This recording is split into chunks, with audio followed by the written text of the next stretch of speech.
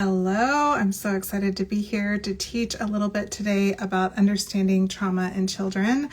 I am Janice Holland, and I am a licensed therapist through the state of Texas. I live in Shanghai, China overseas, and I spend the majority of my time working with clients in the trauma space for a lot of different settings. So I work with I see some people jumping in. That's amazing. I'm so glad that you're here. So I work in schools, international schools, helping them be trauma informed. I teach and train therapists to be certified in trauma. And then I also have a private practice where I work in trauma.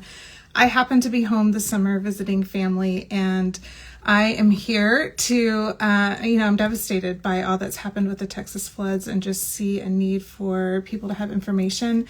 And so I'm excited to be able to jump on today and help you just gather some resources and information. I don't know anybody who doesn't know somebody who's been greatly affected by the floods. And so I just wanted to do my part and do what I can while I'm here in Texas to give you resources and support to know how to support the children in your life, particularly.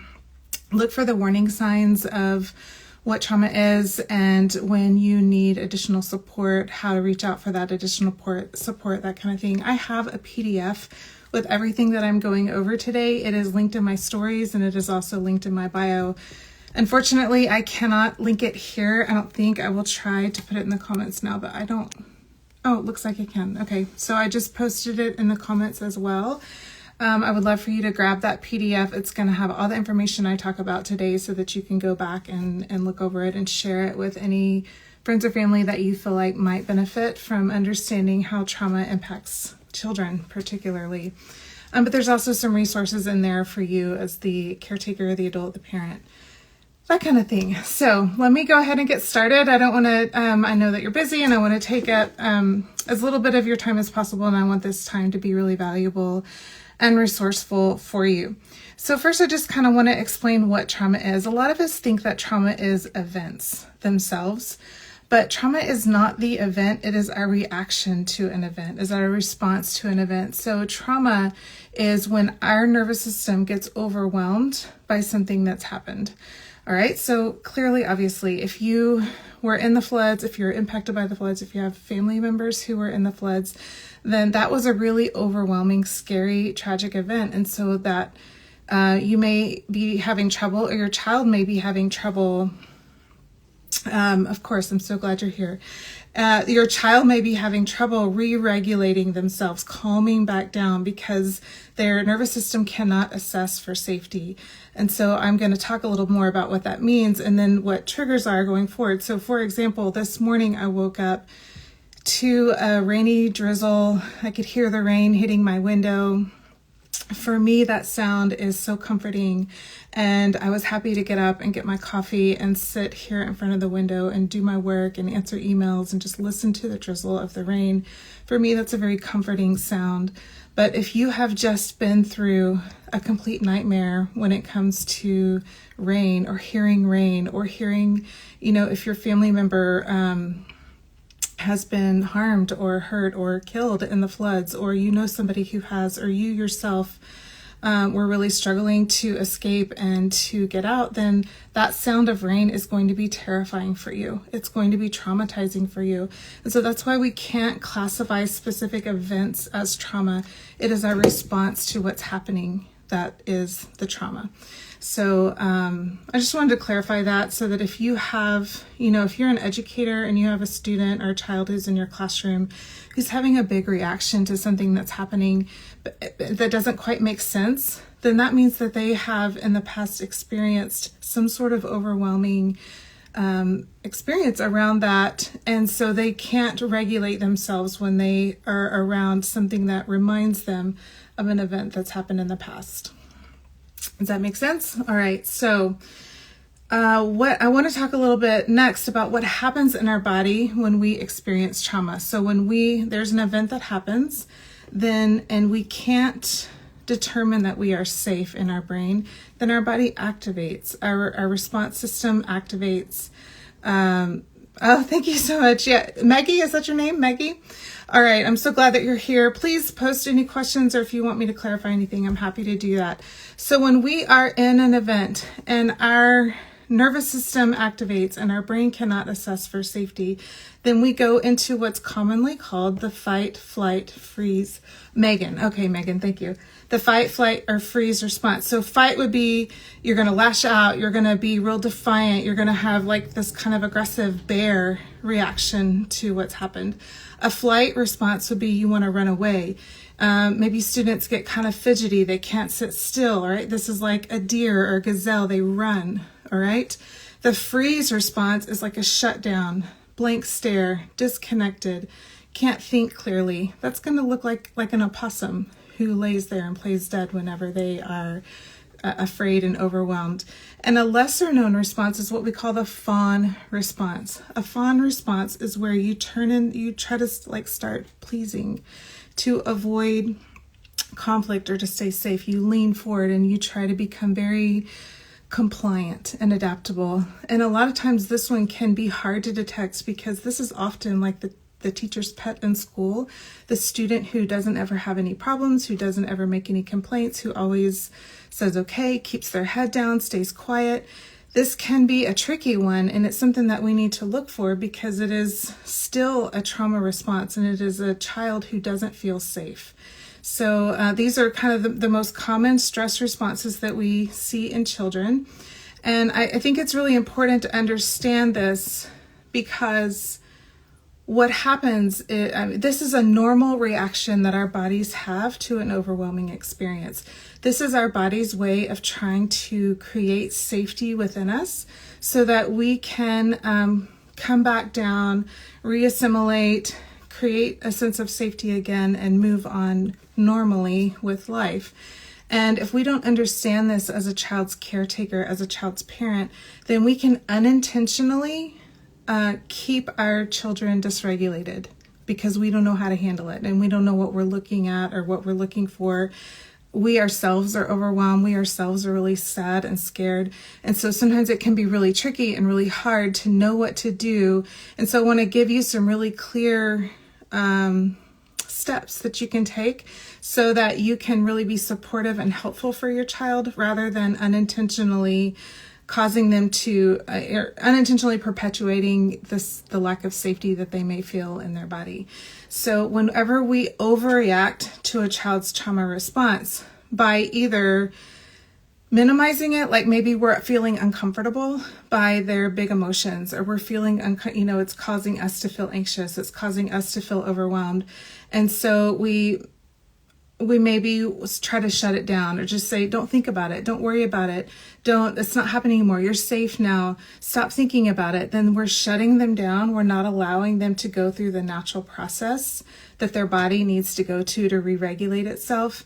And they will continually be in they will learn to be in this dissociated state and not really know how to process their emotions. We can either do that.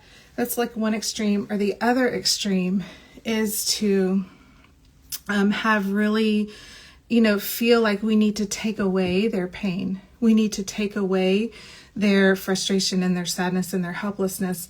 And then when we try to take away their pain and anger and frustration and helplessness, then we are teaching them that they can't handle their own emotions. We're teaching them that they are that's too big for them and that you can't handle it either. And so then we also are not really teaching them how to assimilate. So what that can look like, for example, if your child is really upset and crying and overwhelmed, if you say something like, "You're okay, don't cry," the message that they receive is, "My feelings aren't welcome. I need to shut them down to be adaptable." Of course, that's not what we're trying to tell them, but that's the message they receive when we're telling them, stop crying, don't cry. And our intention in that is, hey, I'm here, I love you. Underneath the surface, I'm really uncomfortable that you are so scared and sad, and so I just need you to stop. But what we're communicating with them, again, is that their feelings aren't welcome and they need to shut down their own feelings in order to be acceptable to us, right? So the next one that we can say sometimes that can be harmful is, look, you're overreacting. You're safe now. Stop. Just stop. It's not that big of a deal anymore. You're okay. When we say things like that, what we're saying is your feelings are wrong. And they internalize, I can't trust my feelings. My feelings are wrong or they're bad. And so they don't have the opportunity to really process them and understand their own body and their own feelings, which creates long-term prolonged stress responses in our children. Okay, another thing that we can say is, here, let me fix it. You don't need to worry about that. You don't need to worry about what's happening. I'm going to fix it for you. So what we're teaching them in that is, you can't handle this. You're not capable of handling life.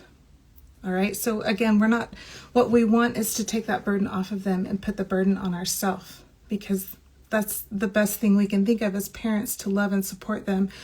But the way that becomes problematic for them over time is they don't learn how to manage life. And look, we all know that life is really stressful, that really sad, scary, and bad things happen in life. And our goal is to teach them that they can handle anything that comes their way with our love, with our support, with our care, with our connection, with our guidance, with our allowing them to feel their own intuitions, but they can handle this. This is really big and it's really hard, especially for those of you who are very directly affected by a family member, or you yourself were in the floods and you've gotten out, or you have a family member who didn't make it out. Like, of course, this is big, but your child can handle it with your support. And it's so important that we teach them that they can handle anything that comes their way, because then they will feel long-term like they can trust themselves, that they know themselves, the confidence that they will build in that process. They just need you to be there to guide them. So in just a moment, I'm going to give you what to do. Right now, I'm focusing more on how we unintentionally perpetuate pain for them and a continued stress response by us not knowing what to do and what to say. And again, I have a PDF of all of this ready for you to download. It's in the comments, it's in the link in my bio, and it's also in my stories for you to go and grab. Okay, quickly distracting them with a toy, a snack, or a screen. This is so tempting for us to want to try to support them with, like, they're crying, here, sweetheart, have a cookie, or here, watch your favorite show. But what we're doing unintentionally when we try to distract them from their pain is we're telling them that feelings are dangerous and they need to numb out instead. I have a caveat for this. So if you have spent some time sitting with your child this morning and they've talked about what they're scared and worried about, you've processed it with them, you've held them while they cry, there does come this time where it's like, okay, sweetheart, let's get up. Let's go take a walk. Let's go do something. Let's kind of, get our bodies moving, get out of course and then at that point, if it's like, hey, let's watch a show, that's different than them being in their pain, in their sadness, in their frustration, in their overwhelm, and trying to numb them out with food or with a screen. All right, so that's a little different than allowing time and space to process and then doing something to kind of move the energy and let's redirect our attention to something else for a little while. Those are two very different things. I just want to point that out. Okay, I've got two more for us to look at. Trying to logic them out of their feelings immediately. Like, for example, saying there's nothing to be afraid of, or you're safe now, you don't need to worry. What that communicates to them is they can't trust their body's signals. So their body is still signaling for them, I might not be safe. I don't think I'm safe. And so if we're telling them, stop worrying, you don't need to worry, you're safe now, then we're teaching them to not trust the body's signals, the signals that their body is sending, and that creates a dissociation in them long term that they will struggle to process and figure out. All right, and I'm going to tell you in a minute what to do about this, what you can say, what is a really helpful thing to say, and then changing the subject or brushing past emotions, like, let's move on, let's not talk about this anymore. Again, like I said earlier, of course you're going to have, if you have moments where you've talked and you've processed and you've held and you've cried and allowed them to have their emotion, then there does come this kind of turning point where it's like, okay, let's focus on something else for a little while. We can come back to this later. So the language around that's really important. Not like, we don't need to think about that. We don't want to think about that it's just like kind of helping them move into a focus on something else for a while, knowing that you will need to circle back because this is something that they're really sad and scared and upset about, that there will be many, many hours, minutes spent revisiting their feelings until they're able to really calm their bodies down and help reassemble safety within themselves with your support, with your guidance, with your help, and with your care. So these are just the things that I've put together that we think is being helpful, but actually is perpetuating a dissociation, is perpetuating a long-term stress response that doesn't have an opportunity to get resolved. Now, when I'm talking about this, you might be thinking, well, you probably have had events or experiences in the past, and this is how the adults in your life handled it because they just were unaware. It's not necessarily their fault. They just didn't. They thought they were doing something that was really supportive and helpful for you, but they actually ended up. So this can be tricky for us as adults because this is what we were taught and what we know. And you hear me saying like, this is not okay. This is not the best way to respond. It can be kind of scary and overwhelming. Stick with me. Again, I've got a resource for you to kind of guide you in knowing exactly what to say and what to do. So let's look at some things to do and to say instead. It's okay to feel what you're feeling. I'm here with you. And I'm going to go through these first, and then I'm going to talk about how hard it is as parents to not fix it. But guys, we cannot fix this. We can't fix what happened. We can't fix how overwhelmed they are that their friends are not here anymore, that they were so terrified and scared. We can't fix it. We can just be present with them while they feel it. And that is ultimately what they need. They need our presence and our calm, our ability to stay really warm and comforting and present with them while they process this experience. We can't take it away from them and we can't fix it, right? Your body is doing exactly what it needs to do after something scary happened. Something really big and scary happened to you, to your friend, to somebody at your school, to your neighbor, to your aunt or uncle. Something scary happened and your body is doing what it needs to do to process that experience. So it's just explaining to them, because when our body has the reaction it has, that fight, flight, or freeze response, it's scary. It's scary for us as adults when our bodies are activated. And so when we tell kids, hey, your body's doing what it's supposed to do when it feels overwhelmed and scary, then it helps them understand a little bit more about what's happening and not be afraid of themselves and their own body's reactions. Okay? You don't have to fix this right now. We can take it one step at a time. I'm here. We're just going to take this one day at a time. We're just going to take this one step at a time. We don't have the answers. You cannot say nothing bad is ever going to happen again. We don't know that. You can't say things that you don't know to be true. All right, what you can say is, we're safe right now in this moment, we're safe, and we're just going to take this one day at a time, sweetheart. We're just going to go one day at a time and just be loving and patient while they have their reactions going all over the place. And again, that's really challenging for us as adults because we have our own anxieties, we have our own fears, we have our own frustrations that we're trying to navigate, and it can be really overwhelming to try and support our children who are in the same state. So I'm hoping that this will give you some resources and support on knowing how to stay present with them while you're navigating this. So what I wanted to talk about next are ways for you as the parent to help yourself tolerate the helplessness you feel right now.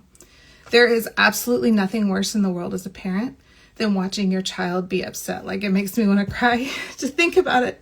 When our children are not okay, we are not okay. And so when you're watching your baby be upset and cry and be angry and be scared and not know what's happening, then we will do anything in the world, anything to try and relieve our children of that feeling. Of being scared and overwhelmed and sad. We will do anything. And in that love for them that we feel, in that anxiety that we experience, we tend to say things that we don't, that we can't follow through on just to try and get through the moment. right? Just to try and get through how scared we are and how anxious we feel. So I want to give you some things to help you stay grounded, to keep you focused on just loving your child through their pain, not trying to take their pain away, not trying to, fix it, because you can't. This isn't something that we can fix. This is something that we can all just be present with each other and navigate through together. So shifting your goal from fixing to holding, saying to yourself, I don't need to take their pain away. I just need to stay present with them. I just need to help them not feel alone while they feel their feelings. They can handle their feelings. They can handle this experience, even though it's really big and overwhelming. They can handle it. I just need to stay present with them so that they feel like they can. So that they feel like they can when they know that you're there and you're with them and you're just guiding them. All right, so trying to fix trauma makes you feel like a failure because you can't fix it, right? There is no fixing it. So being present, calm, and emotionally available is what's healing. Just holding space for them is what's so powerful. So shifting your mindset from fixing to holding. And guys, I am literally looking at the PDF here that I'm sending you. So if you want these resources, then please download this PDF so that you can have the resources with you to refer back to. Okay, number 2, I want you to name and normalize your own feelings. So saying to yourself, this is hard. I feel powerless, and that's normal for me to feel like that. Parenting through grief and trauma, it stirs up our own fears, it stirs up our guilt, it stirs up our anxiety, like I've just explained before. So just name it and speak it, and that way you are not, because it can start to kind of cloud our judgment and our thinking, and we start to feel small and we shrink and get overwhelmed. So just naming your feelings helps you just stay present. Just like, this is hard. This is one of the hardest things I've ever walked through with my child. If, if you were in the floods, or if they have a classmate who has passed away, or they have a friend, or, this is going to be something really hard that they're trying to navigate and work through. So just naming your feelings about what's happening and trying to help your child is what's going to help you stay present with yourself. Take breaks from the weight. All right. So again, our kids need us to be really present with them. But use your support system. If you have a partner or a spouse, if they have a grandparent or aunt or uncle, allow them to sit with your child for a while you take a walk, while you take a nap, while you take a long hot shower, while you go get a workout in, or go have a coffee or drink with a friend. It's really important that you take breaks, that you're able to step away, kind of resettle yourself, so that you have the energy to be sustainably present for your child. If you are there 24/7 all the time, then that's not sustainable for you. And then your nervous system is going to start to activate, and your ability to be really highly present with your child is going to start to diminish. So it's really important that you're able to stay really focused and present. And one way that you do that is by taking breaks, taking care of yourself, your needs, getting good sleep, so that you can, when it's time to be present, you're able to be fully present with your child. Okay, number 4 is using grounding tools for your own body. So that can be, what we say in the trauma world, the most powerful way we can get out of our head is by using our 5 senses to re-enter our bodies, to stay grounded in our bodies. Because when you're in your body, it's the most likely way that you can get out of your fight, flight, freeze, fawn response. So pressing your feet firmly against the floor, pressing your hands firmly against each other, doing some deep breathing exercises. There's tons of them on YouTube. Just go to YouTube and put in deep breathing exercise, and you'll have lots and lots of resources to choose from. Rinsing your hands in cool water, splashing your face with cool water, smelling a candle that you really love, eating something that is really, really tasty and delicious to you and your taste buds, doing things that get you grounded in your body. It's what's going to help you when you feel the spiral coming for yourself, the overwhelm coming for yourself. When let's say your child is really, really having a hard day, doing these things, that's what's going to help you stay grounded and present so that you can help your child navigate their big feelings. And the last piece of this is just remembering that you are the medicine. Your presence is the medicine, not your knowledge, not your what you can take away, but just your tone, your calmness, your presence is what your child needs to feel safe, to feel seen, to feel heard, to feel understood. That's ultimately what they need. And they don't need you to take away their pain. They don't need you to pretend this didn't happen or to exaggerate what happened. Like, this is an event for them. And their reaction to it is purely theirs. And so it's our job as parents to just be really present with them and calm. And they can borrow our nervous system. So research is really clear. It's called co-regulation. So if your child is highly unregulated and you are regulated, then you being present with them and staying in your regulated nervous system state the mirror neurons will activate and they will come to your calm, regulated state. It just requires a little bit of time and patience on our part in order to help them regulate themselves and feel calm and safe within their body. Okay, so I have some steps that you can do to help your child feel safe again.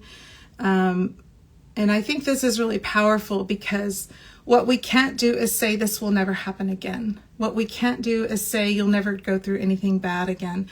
What we can't do is say you'll never lose a friend again. Like, nothing bad like this we can't say those things because we don't know them to be true. So what we can do is help our child feel safe even when the world feels unsafe. And this is a lifelong skill that we will teach our children that many of us didn't get taught ourselves as adults. And so we don't know how to do it. And it feels like, almost like I'm lying. Like, Janice, you're not telling me the truth but I promise you, this is a skill that I teach my clients who've been through lots of complex trauma. This is the number one thing that they have to learn again, is how to feel safe in their own body. Because what they're wanting to do when they come to me is like, well, if so-and-so would stop that, and if so-and-so would stop this, and if the president would stop this, and if my neighborhood association would stop that, like, they need external factors to stop in order for them to feel safe. And what we know is that's just not a reality that we're ever going to face. The outside circumstances, all of them will never completely feel safe. So what we can do is teach internal safety within their own bodies. All right. So some ways that we do this is by always telling the truth. We can tell the truth gently. We can tell the truth in age-appropriate increments, right? We don't have to tell all the details. Keep it age-appropriate, but always telling the truth. Like I said before, you can't say, sweetheart, nothing bad will ever happen to you again. Of course, we think that's going to be reassuring for them, but they're smart, and they know on some level that you can't promise that. You don't know that to be true, right? So then that breaks integrity with your word, and it also gives them a false sense of safety that bad things don't happen to them anymore. Well, again, we can't promise that. So what we can say is, just acknowledge the fear. What I know, sweetheart, is that we're safe right now. Right now, you and I are together. We're home. Nothing's happening. Right now, we're safe. And let's just love on each other and connect with each other, and have that connection. Connection is one of the most powerful tools, if not the most powerful tool, in really supporting people who have been through trauma. Name the helpers, point out the plans. Who are the people that help? That makes me think of Mr. Rogers. He always said, look for the helpers. Name the helpers and help them come up with, do they want to put together a go bag in case something happens at home and they feel safe? They can decorate the flashlights for that go bag. They can, when I say go bag, that means like if you need to leave quickly, you have a little bag packed of whatever it is they think could be helpful for them. To create safety, they can be a part of that process, right? Of rebuilding a sense of safety for themselves, and let them talk about their fears again and again. This can be hard children need, this is part of their processing, part of their letting the truth fully sink in and understanding what happened. It's part of their ability to metabolize the information and allow it to become very real. Of course, all of us, if there has been a sudden death of someone or a tragic event, we're like, was I dreaming? Did that really happen? And children being able to talk about it is what helps them kind of come back in and understand and assimilate what's happened. So allowing them to talk about it over and over and over again as much as they need to. Regulate, again, like I said before, regulating yourself so you can co-regulate with them so that your nervous system, taking care of yourself and ensuring that your nervous system is intact is what's going to be the most powerful thing you can do to help them maintain a calm, regulated nervous system. Create really predictable routines so that they know what's going to happen. This is something that I teach in schools when a trauma-informed school is a school that has very clear policies and procedures. Routines are set. Students know what to expect. They know what's going to happen. If there needs to be a change in the schedule or routine, they're informed as early as possible so that they can predict and know that this is so important during this time, especially for your children, to create really predictable routines so they're really clear on exactly what's going to happen and when and why. And this just allows them to kind of create that regulation within themselves. I have some grounding tools you can use, like weighted blankets, using the 5 senses. Hey, sweetheart, tell me 5 things you see right now. Tell me, touch something in the room, describe what it feels like, that kind of thing, just helping them use their senses so that they can ground back in their body. And just remember to be your availability, your presence with them is the most powerful thing that you can do. Okay, I have a list in the PDF of what to expect when your child is going through trauma. I'm not going to go through all of them today. It's in the PDF. It's like the normal things to look for, like their sleep disturbances. You may see an increased clinginess or increased anxiety. They might be withdrawing or regressing more. They might be complaining about like tummy aches or headaches. Those kinds of things are really normal. I have a comprehensive list in the PDF I would love for you to refer to it.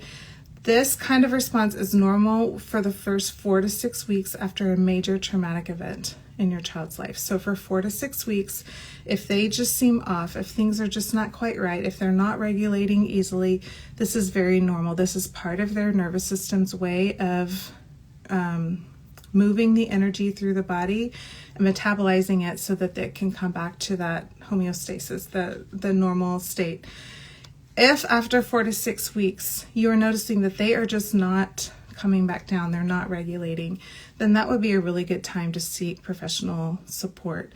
If within that 4 to 6 weeks you're just getting really overwhelmed, you're not sure how, you feel like you're trying all the things and nothing is working and they're not having any moments of feeling calm or regulated, then absolutely get some support for them and for you to gain more of these tools that I'm talking about so that you can help them process this. But if for the first 4 to 6 weeks, if you're noticing that they're just kind of not okay and things are a little bit off, that's absolutely normal after a tragic, traumatic event. So wait a little, if you can, wait a little bit and see that you should slowly see them get back to a place where they're regulated more often, much, much more often than not. They can maintain regulation through most days. That should be happening after that 4 to 6 week mark. If it's not, then that would be a time where for you to reach out to your pediatrician or reach out to a mental health professional to receive some support, some trauma therapy to help them really process the event that's happened. And this is going to be mostly true for those who have been through trauma before. So if your child has been through a major event already and now this has happened, they may, research tells us that the more events that we've been through, the harder and harder it becomes to regulate ourselves. It's harder for our nervous system to assess for safety. So if that's true for you, then, and you know that your child's just been through a lot, maybe you already have a mental health professional, it's probably a good idea to go ahead and reestablish that connection and that support to help your child work through this. Okay. again, I have all of these resources in a PDF for you. Please download it. It's in my stories. It's in my bio. It's in the comments here. And I have a webinar coming up that is 1 hour long that has so much more information for you, particularly around going back to school. If the thought of like, how do we even think about going back to school overwhelms you, if you're an educator, if you're an administrator, if you're a parent, and you know that this is coming up in 2 to 3 weeks, then I really want you to attend this webinar. Again, this is something I do in schools internationally. I go into schools who have experienced crisis and I help them create safety in their classrooms. I help them with scripts to say to kids, for the parents to say to kids, scripts for parents to say to kids or teachers, and I have all of that information for you. So it's going to be a 1 hour webinar, and I have a Google Drive full of resources and information that I want to hand your way for you to use in your home, for you to give your school administrators, your school educators, if you are an administrator and educator, for you to use and implement. This is my gift to Texas, my home state. I hate that this has happened, but I am honestly glad that I happened to be in Texas when this happened, so that I'm here and available to give you the resources that I have and the work that I've been able to implement in many schools around the world. And I'm here and I want to help you as much as I can in your home and in your school. So download the PDF, and also in my stories is the link for the webinar, and the PDF is the link for the webinar. You can message me and get the link. It's totally free. It's happening on the 22nd at 12 o'clock. All right. Thank you so much for being here. I hope that you have found this really helpful, that it's been something that you can take and use and implement. Please download the PDF so you can use it with your children, so you can refer back to it and share it with a friend if you feel like it would be helpful for them. All right. I will see you guys on the 22nd.